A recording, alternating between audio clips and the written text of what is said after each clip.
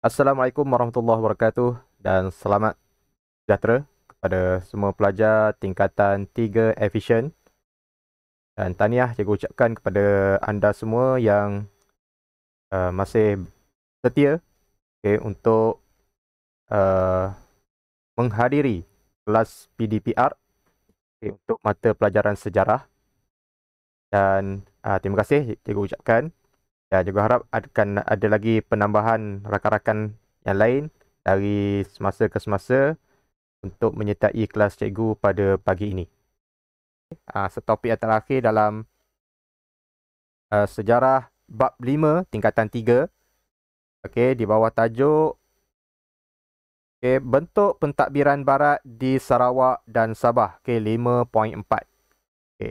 So apa yang perlu kita tahu pada hari ini, standard pembelajarannya ialah 7.5.4 adalah berkaitan dengan merumuskan pentadbiran barat di Sarawak dan Sabah. Itu yang pertama. Yang kedua, menilai keberkesanan pentadbiran yang sistematik untuk kemajuan negara.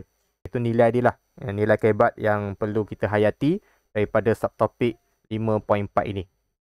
Objektif pembelajaran kita, yang pertama awak dapat membahaskan ni menjelaskan lah. Menjelaskan kemantapan pentadbiran barat di Sarawak dan Sabah. Bagaimana struktur pentadbiran yang telah dibuat oleh James Brooke di Sarawak dan juga SBUB di negeri Sabah. So kita akan lihat yang itu. Yang kedua adalah membuat rasionalisasi keberkesanan pentadbiran yang sistematik untuk kemajuan negara. Apa rasionalnya? Kita wujudkan pentadbiran yang sistematik. Adakah pentadbiran tersebut boleh membawa kemajuan kepada negara? Membuat rasionalisasi ini membuat menyatakan sebab lah. Menyatakan sebab kenapa pentadbiran yang sistematik ini boleh membawa kepada kemajuan negara. Buktikan apa sebab-sebab yang boleh awak berikan daripada pentadbiran yang sistematik yang telah dibuat, boleh mencapai kemajuan. Apa perkaitan dia?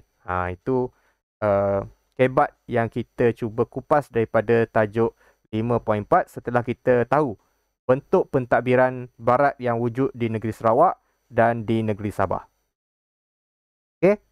So pada hari ini mungkin kita tak sempat untuk bincangkan semua. Kita akan separuh daripadanya kita akan bincang pada hari ini, dan separuh lagi mungkin kita akan sambung pada minggu yang akan datang lah. Kita lihat yang pertama dahulu. Dan untuk sejarah hari ini kita juga akan libatkan pelibatan awak lah. Dan kita akan gunakan Jamboard, antara salah satu apps kita pada hari ini, Jamboard. Dan kalau sempat juga nak gunakan Quizzy juga. Untuk memberikan beberapa soalan objektif untuk awak jawab. Untuk melihat pemahaman awak terhadap apa yang kita bincang pada hari ini. Kita lihatlah masa yang ada. Yang pertama kita lihat pengenalan dia. Perluasan kuasa oleh dinasti Brooke di Sarawak dan SBUB di Sabah. Ini kita dah bincang dalam 5.2 dan 5.3. Brooke menguasai Sarawak dan SBUB menguasai Sabah. Bermatlamat mengaut keuntungan daripada eksploitasi terhadap sumber hasil dan kuasa politik mereka.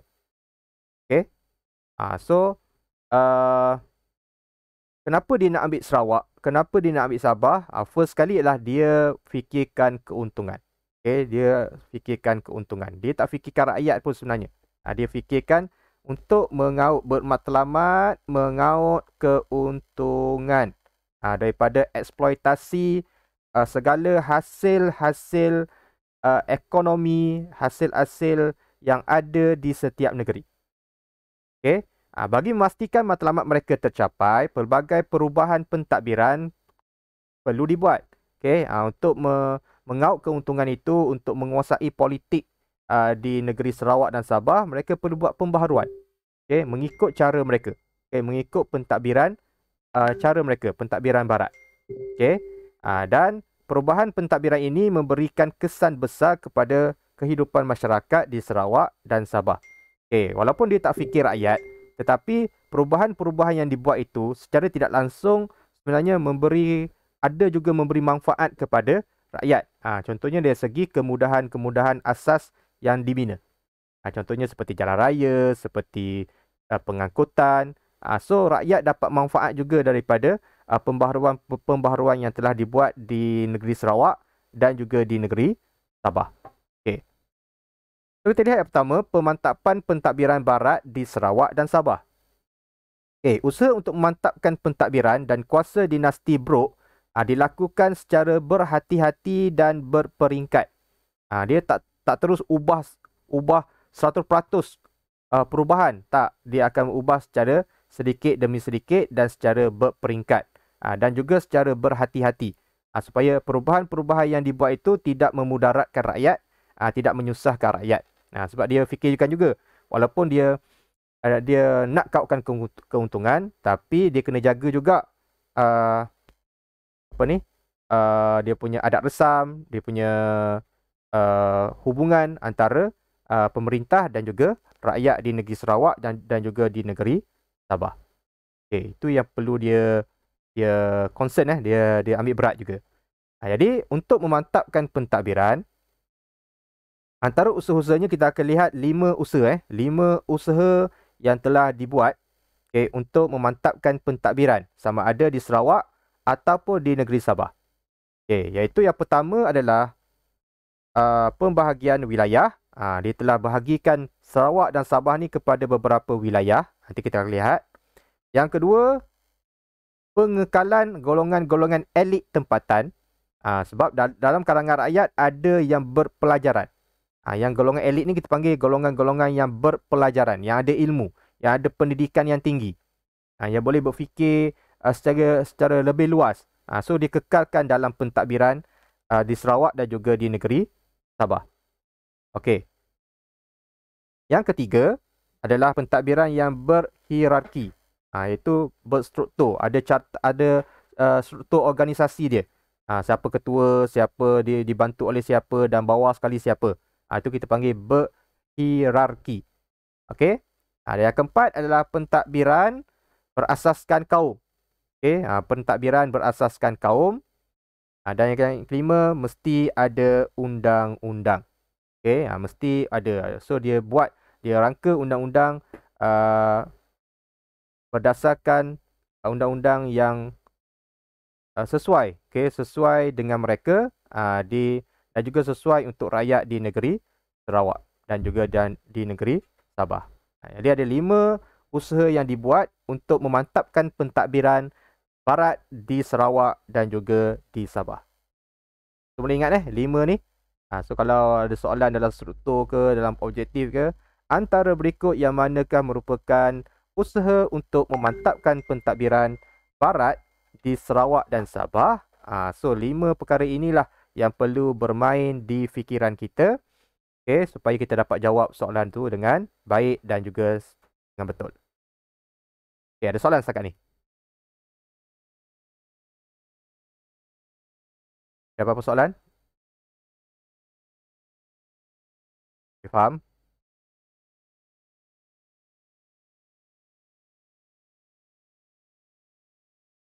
Ada? Ada nak tanya? Tak ada. Boleh faham Okey. Kalau boleh faham, kalau tak ada soalan, kita pergi kepada usaha yang pertama. Iaitu pembahagian wilayah pentadbiran Brok di Sarawak dan juga SBUB di Sabah. So, lihat awak lihat kepada nota dalam buku teks. Sekarang kita nak inquiry, kita nak mengkaji buku teks. Dia dibagi kepada 2. Satu, pembahagian wilayah di Sarawak. Satu lagi, cerita tentang pembahagian wilayah di Sabah. Cikgu nak awak baca kedua-duanya. Kita ada berapa orang lagi sikit ni. Dah tinggal 8 orang lah. 1, 2, 3, 4, 5, 6, 7, 8. Ni yang betul-betul setia ni. Yang lain mana dah keluar ke apa? Okey. Cikgu nak yang 8 orang ni. Cikgu nak gunakan Jamboard Jamboard. Sambil-sambil awak baca. Yang awak faham. Daripada apa yang awak faham tu. Bukan apa yang awak baca. Berdasarkan baca dulu. Cuba fahamkan. Kalau faham sikit, yang sikit tu keluarkan. Tulis pada nota di Jamboard nanti. Dan tampal menggunakan sticky note. So, cikgu bagi dia punya link dulu. Kita ada berapa orang 8 orang 1, 2, 3, 4, 5, 6, 7, 8. 8 orang. Okay, jaga bagikan kumpulan dulu Jaga bagikan kumpulan. Okay, kumpulan yang pertama uh, Kuna Shanti. Okay, Kuna Shanti. Kuna Shanti ni siapa Kunalan Kunalan. Kuna Shanti ni Kunalan kan? Okay, Kunalan. Lim Si Ying. Nick Afiq. Dan juga No Batrisha. Ni kumpulan yang pertama Ingat awak kumpulan yang pertama. Kumpulan yang kedua, No Sabrina, Tan Ping Hong, Wisal Jiva dan Yemi Ko. Okey, ni kumpulan yang kedua. Okey, boleh ingat So kita ada dua kumpulan yang pertama dan kumpulan yang kedua. Jap, cikgu sharekan dia punya. Okey, cikgu share di ruangan chat Okey, ni Jamboard boleh masuk. Semua boleh masuk ke Jamboard masing-masing. Okey, boleh start Boleh start sekarang untuk ni Afiq dah masuk. Ni Afiq dah backup. Okey, dah boleh. Okey, ni Afiq dengan Batisha gunakan frame yang pertama. Okey, dan yang lain 4 orang, Sabrina, Tan Ping Hong, Wisal Jiva dan Yemiko gunakan frame yang kedua. Dan tulis seberapa banyak maklumat. Okey, cara dia macam minggu lepas juga. Mulakan dengan nama awak dan tuliskan jawapan di bawah. Okey, dan dilarang menggunakan sticky note berwarna biru. Biru adalah warna cikgu. Okey, boleh mula sekarang. Okey, boleh mula sekarang.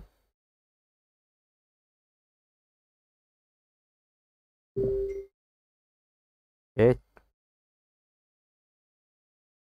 Baca, fahamkan dulu di Sarawak ni apa yang dibuat, ada berapa bahagian, lepas tu mula-mula berapa bahagian, tambah berapa bahagian, lepas tu pecah. Okey, ada setiap bahagian tu ada, dalam bahagian tu ada apa pula. Okey, dipecahkan kepada beberapa kawasan pula, dinamakan sebagai apa. Nyatakan semua supaya awak faham. Okey, ini antara soalan-soalan yang glamour yang famous untuk 5.4 ni. Berkaitan dengan pembahagian ni. Okay. Alright. Batisha guna sticky note ke guna apa tu? Sticky note tak ada warna awak gunakan sticky note sticky note saja gunakan sticky note saja. Okay. Pastikan ada warna lah supaya dia lebih ceria. Otak kita ni dia suka yang berwarna-warni, mudah ingat. Digunakan. Okay, kumpulan yang kedua. Okay, silakan. Silakan. Siapa yang dah ada jawapan, dah faham, boleh turunkan jawapan dia, tulis jawapan dan tampal. Okay, kena bagi masa ni, kena bagi masa. Masa kita adalah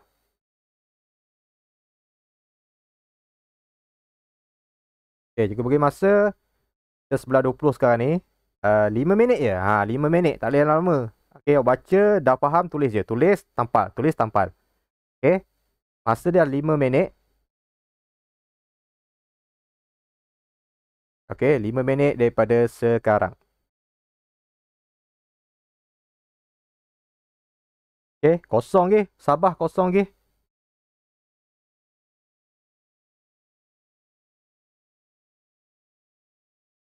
Sabah dah ada. Okay, Yemi dah start. Okay. Sabrina pun dah start. Okay, bagus. Kita lihat kumpulan yang pertama. Oh, dah ada.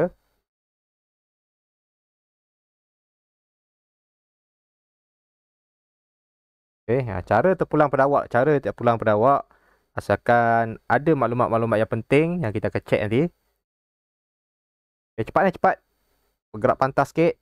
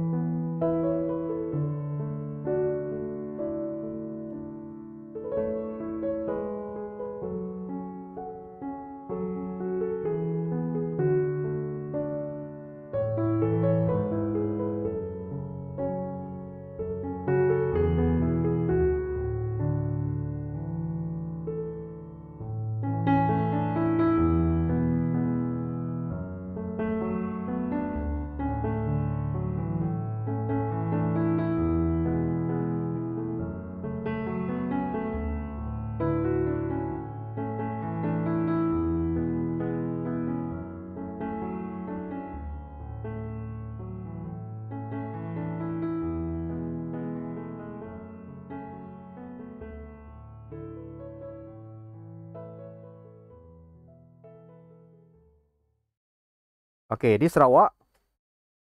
Okey, Batrisya tulis, Raja Brooke membahagikan Sarawak kepada 3 bahagian. Okey, 3 bahagian. Pada peringkat awalnya dibagikan kepada 3 bahagian. Okey, betul.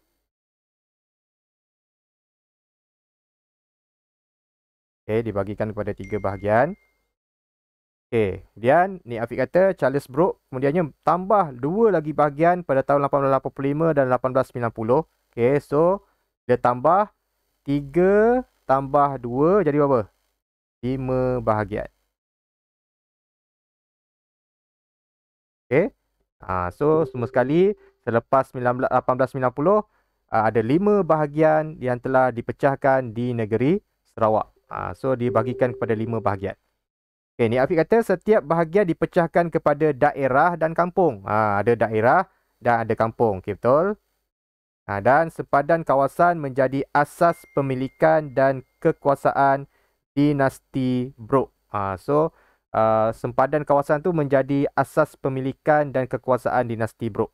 Okay, setiap tempat yang dia ambil tu, dia ambil tu, sempadan dia menjadi asas pemilikan. Mungkin dia letakkan seorang wakil dia di setiap bahagian. Dan wakil itu adalah seorang pegawai daerah, okay, di setiap daerah, dan ketua kampung di setiap kampung. So dalam bahagian tu dia ada kawasan-kawasan pula, ada kawasan daerah, dan dalam daerah tu pula ada kawasan kampung. So kampung yang paling kecil, atas dia daerah, atas daerah adalah bahagian. Okey, itu adalah berkaitan di negeri Sarawak. Okey, ada maklumat lain tak berkaitan dengan Sarawak? Okey, kita lihat dulu di negeri Sabah. Okey, kumpulan yang kedua. Okey, kita lihat pula kumpulan yang kedua untuk negeri Sabah. Okey, yang pertama kita lihat nak start kat mana ni? Okey, kita start dulu yang Sabrina ke bawah ni Okey, pada tahap awal terdapat 2 residensi, iaitu residensi Pantai Timur dan residensi Pantai Barat. Okey. Kemudian Yaimi kata setiap residensi diketuai oleh seorang residen, sementara di daerah pula diketuai oleh pegawai daerah. Okey, betul? Pun maklumat betul. Okey, Wisal kata kawasan pentadbiran terdiri daripada 5 residensi. Okey, semua sekali ada 5 residensi Okey, semua sekali. Kemudian Yaimi kata kawasan pentadbiran terdiri daripada 5 residen, iaitu Kudat, Pantai Barat, Pedalaman, Pantai Timur dan Tawau. Okey. Pegawai daerah akan dibantu oleh penolong pegawai daerah di peringkat daerah. Residen, pegawai daerah dan penolong pegawai daerah kebiasaannya berbangsa Inggeris dan Eropah. Okey, jadi di Sabah jika boleh rumuskan, di Sabah dia ada bahagian juga, dan bahagian itu dikenali sebagai residensi. Okey, residensi. Okey, ni di Sabah. Bahagian ni nama. Kemudian residen ni diketuai oleh seorang residen. Okey, residensi ketua dia adalah residen. Di bawah residensi kita ada daerah. Okey, dan daerah ketuanya adalah pegawai daerah. Okey, pegawai daerah. Okey, boleh. Okey, boleh faham itu adalah pembahagian wilayah di Sarawak dan juga di Sabah. Okey, di Sarawak dan juga di Sabah. Okey, ada apa-apa soalan nak tanya tak? Jadi yang perlu awak tahu kat sini, untuk di Sarawak, okey, untuk di Sarawak yang penting ada 5 bahagian, 3 bahagian pada peringkat awal dan tambah lagi 2 bahagian oleh Charles Brooke yang menjadikan 5 bahagian, dan bahagian ini pula dipecahkan kepada daerah dan juga kampung, dan sempadan dia adalah kawasan sempadan antara daerah-daerah itu menjadi asas pemilikan kekuasaan untuk di setiap peringkat. Okey, so dia ada kawasan-kawasan sempadan ni lah. Ni sempadan kampung ni, ni sempadan kampung ni, di sempadan daerah ini, ni merupakan sempadan daerah ini. Itu kita panggil sebagai sempadan kawasan. Okey, sempadan kawasan. Okey, itu maklumat antara maklumat yang perlu awak tahu. Okay, kita lihat nota jap. Okay, kita lihat nota di buku teks. Okey. Okay, kita lihat bahagian bahagian-bahagian, kau tahulah bahagian yang pertama kalau di Sarawak tu bahagian yang pertama kawasan mana, bahagian yang kedua kawasan mana, bahagian yang ketiga kawasan mana, 4 dan 5. Biasanya yang mula-mula sekali di Kuching tu bahagian yang pertama, atas sekali berhampiran dengan Brunei tu adalah bahagian yang kelima. Itu cara pembahagian kawasan bahagian di negeri Sarawak. Okey. Okey, itu saja berkaitan dengan Sarawak. Okey, Sabah pula. Okey. Dia ada bahagian dikenali sebagai residensi yang disebut tadi dan diketuai oleh seorang residen.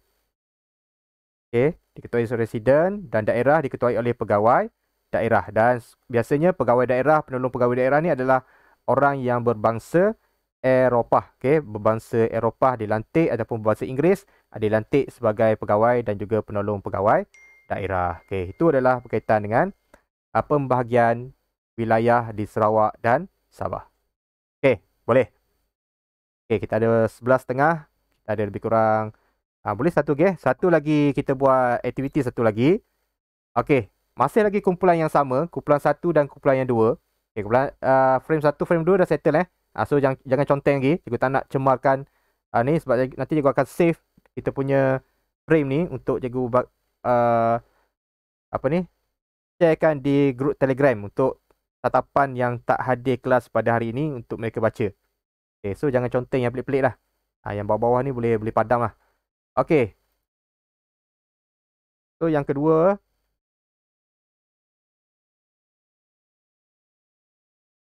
Okay.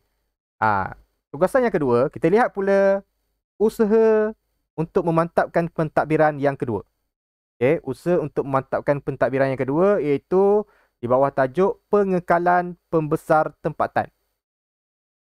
Okay, kita lihat frame yang ketiga.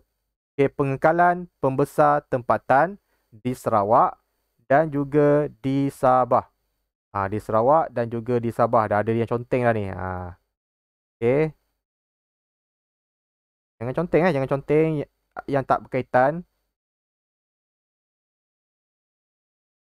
Okay, fokus kepada apa yang kita nak bincang. Supaya apa yang kita bincang ni bermanfaat. Dapat masuk dalam fikiran kita dan kita dapat faham. Okay, itu yang penting. Wah, dah siap dah. Okay, Sabah. Sabah dah siap dah. Siapa buat ni? Okay, so kumpulan yang pertama boleh buat untuk Sarawak. Kumpulan yang kedua boleh buat untuk Sabah. Mana lagi Sabah buat dulu. Siapa yang buat ni? Cikgu suruh buat yang... Tak boleh. Okay, boleh Mana mula sekarang. Boleh mula sekarang. Ni warna biru ni, warna cikgu ni. Okay. Disebabkan ada yang tak puas hati, kita mulakan daripada awal. Okay. Masa dia, cikgu bagi selama... kita mulakan 5 minit juga. 5 minit hasil kerjasama cikgu rasa boleh siap. Okay, daripada sekarang. Okay, 5 minit daripada sekarang. Okay, buat untuk Sarawak dan juga Sabah. Okay, silakan. Okay, Sabah start pada awal sebab geng-geng kumpulan 1 tak puas hati.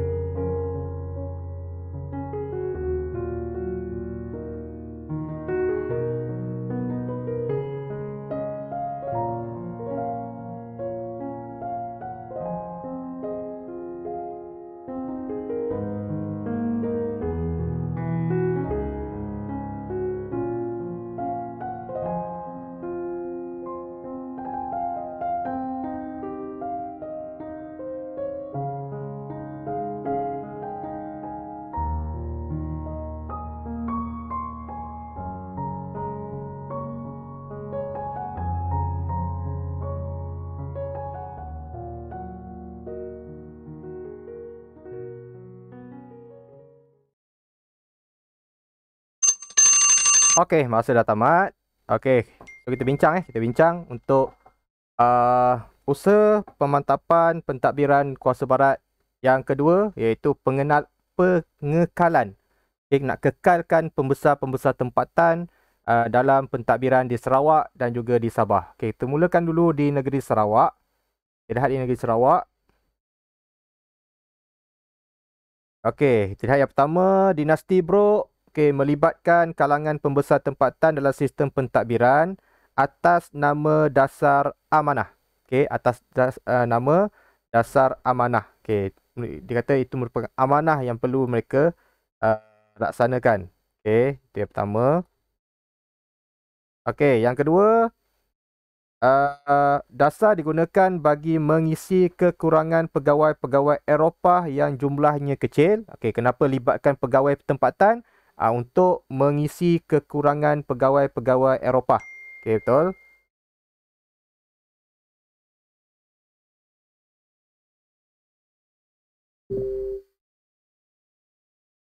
Sekejap Okey, yang ketiga, pelibatan orang tempatan seperti Datu, iaitu Datu Patinggi, Datu Bandar, Datu Temenggung serta dua jawatan baru, Datu Imam dan Datu Hakim. Itu antara ataupun jawatan-jawatan yang melibatkan pembesar tempatan dalam pentadbiran barat di Sarawak. Ada 3 datu yang asal, Datu Patinggi, Datu Temenggung dengan Datu Bandar, tambah 2 lagi datu, Datu Imam dan Datu Hakim. Okey. Ni Afiq kata, ketika zaman Charles Wennerbrook, beberapa gelaran diwujudkan, iaitu Datu Menteri, Datu Pahlawan, Datu Bentara dan Datu Amar. Tambah lagi. Okay, ada beberapa lagi gelaran datu yang telah diperkenalkan. Dan para pembesar tidak lagi dibenarkan untuk mengutip cukai. Sebaliknya diberikan gaji dan peranan untuk membantu pentadbiran sahaja. Kutip cukai dilaksanakan oleh pegawai-pegawai barat. Okey. Dan ni Afiq kata lagi, mengekalkan semua undang-undang tempatan dan adat yang tidak bercanggah dengan sistem barat. Dia ada undang-undang barat, tapi segala undang-undang tempatan dan adat yang ada dikekalkan selagi ianya tidak bercanggah dengan undang-undang sistem barat yang telah dibuat, yang telah digubat. Okey, itu berkaitan dengan pengekalan pembesar tempatan di negeri Sarawak. Okey. Okay, so semua betul Semua betul. Okay, yang pertama. Okay, yang kedua, yang ketiga, yang keempat, yang kelima dan yang keenam. Okay, kita lihat di Sabah pula. Okay, kita lihat di Sabah. Okay, di Sabah kita lihat yang pertama, ketua bergaji akan memelihara keamanan dan peraturan serta mengutip cukai kepala dan mentadbir keadilan. Okay, mana starting dia ni? Okay. Mana-mana cikgu ambil Okay, ketua bergaji akan memelihara keamanan dan peraturan serta mengutip cukai kepala dan mentadbir keadilan. Okay, ketua anak negeri.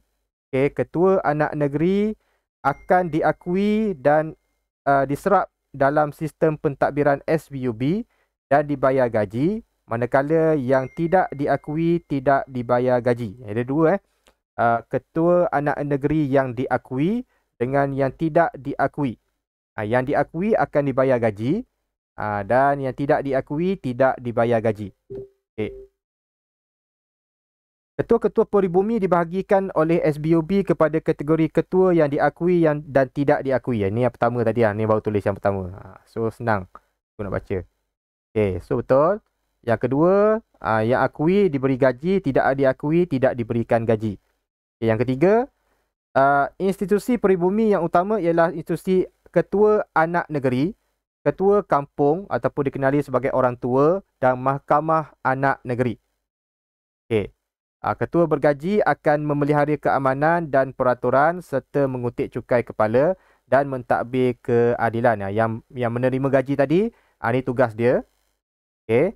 Yang keempat, yang kelima, ketua anak negeri juga digelar sebagai OOK.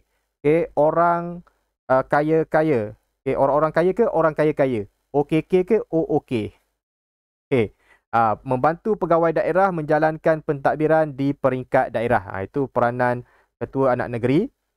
Dan Ketua Anak Negeri juga dilantik sebagai hakim di Mahkamah Anak Negeri. Dia ada Mahkamah Anak Negeri, bertugas menjaga keamanan daerah. Mereka juga memungut cukai dan menguruskan pentadbiran pengadilan di peringkat daerah dalam Mahkamah Anak Negeri. Okey, itu berkaitan dengan pengekalan pembesar tempatan di negeri Sarawak dan juga di negeri Sabah. So cikgu harap boleh bezakan tentang di negeri Sarawak dan juga pembesar-pembesar tempatan di negeri Sabah. Di Sarawak secara rumusannya dia lebih kepada golongan-golongan datu. Di Sabah pula dia ada ketua anak negeri. So ada dua, ketua anak negeri yang diakui dan ketua anak negeri yang tidak diakui. Okay, so ada peranan-peranan dia dan ada tugas-tugas dia dalam pentadbiran barat di negeri Sabah. Okay, so itu saja yang kita nak bincang pada hari ini. Kita dah bincang dua usaha untuk memantapkan pentadbiran di Sarawak dan Sabah oleh James Brooke dan juga SBUB, iaitu yang berkaitan dengan pembahagian wilayah dan juga yang kedua berkaitan dengan pengekalan pembesar tempatan dalam pentadbiran barat di Sarawak dan juga di Sabah. Juga harap awak semua dapat faham apa yang telah kita bincang, yang telah awak buat aktiviti pada hari ini. Dan aktiviti ini cikgu akan save, cikgu akan send di Telegram. Dan kita akan sambung untuk sesi tutorial selepas ini. Ada satu atau dua soalan esei untuk awak jawab berkaitan dengan apa yang kita bincang pada hari ini. Esei pendek esei pendek sahaja. Okay, itu saja. Ada apa-apa soalan sebelum kita tamatkan kelas pada hari ini? Nak tanya?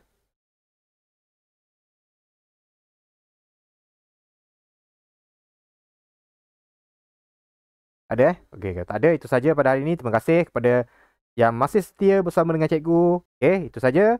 Kita jumpa di Telegram. Assalamualaikum. Bye-bye. Baik, cikgu. Terima kasih.